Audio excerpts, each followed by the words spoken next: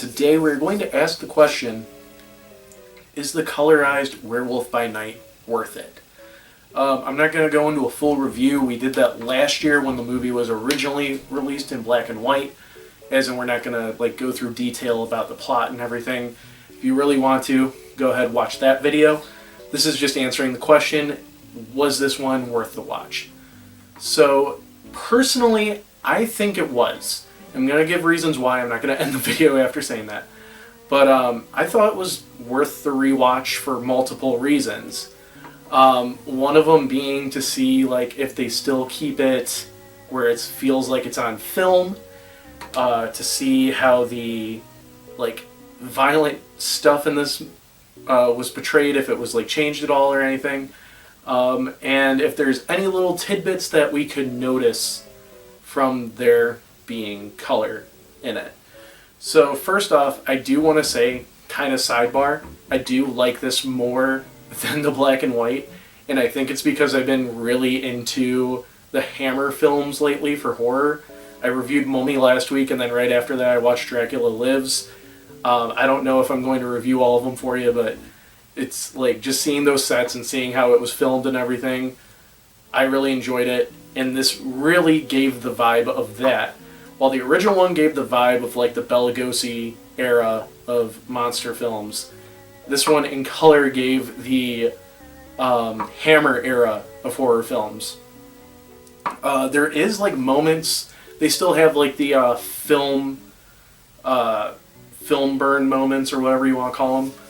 Those are still on there, but the way it was filmed and it felt like it was the old school Hammer era films. They still kind of were grainy, or this was still kind of grainy.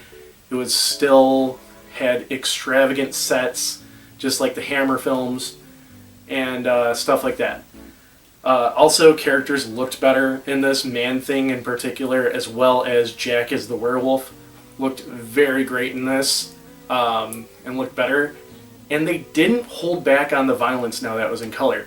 It I'm playing Assassin's Creed Valhalla right now. That's going to be the next game review we do.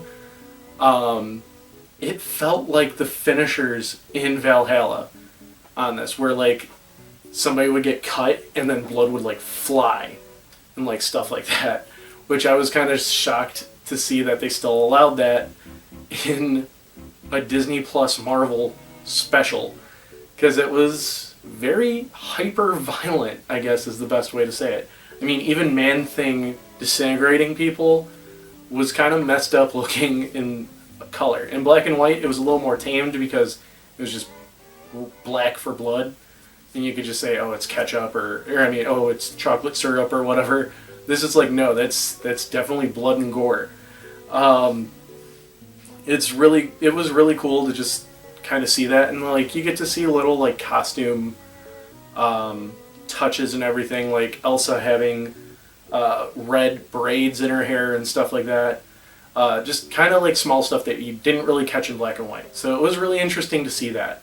So I do recommend this. Is it the definitive edition of Werewolf by Midnight? I don't know. I mean, I think it's more of a personal preference. If you're a fan of old school, as in original old school horror, definitely go for the black and white. If you're what I'm getting into right now with the Hammer horror, I think this would be the definitive edition. For me, it is the definitive edition. I'm not even going to give this a rank because it's more of a question than a review. But yeah, so definitely go and watch it, especially if you're a fan of the 60s horror genre. And just enjoy it. I hope you enjoyed this video. Be sure to leave a like, comment, subscribe, ring that bell, and follow me on all my social media down below. It's that nerd Ryan, signing out.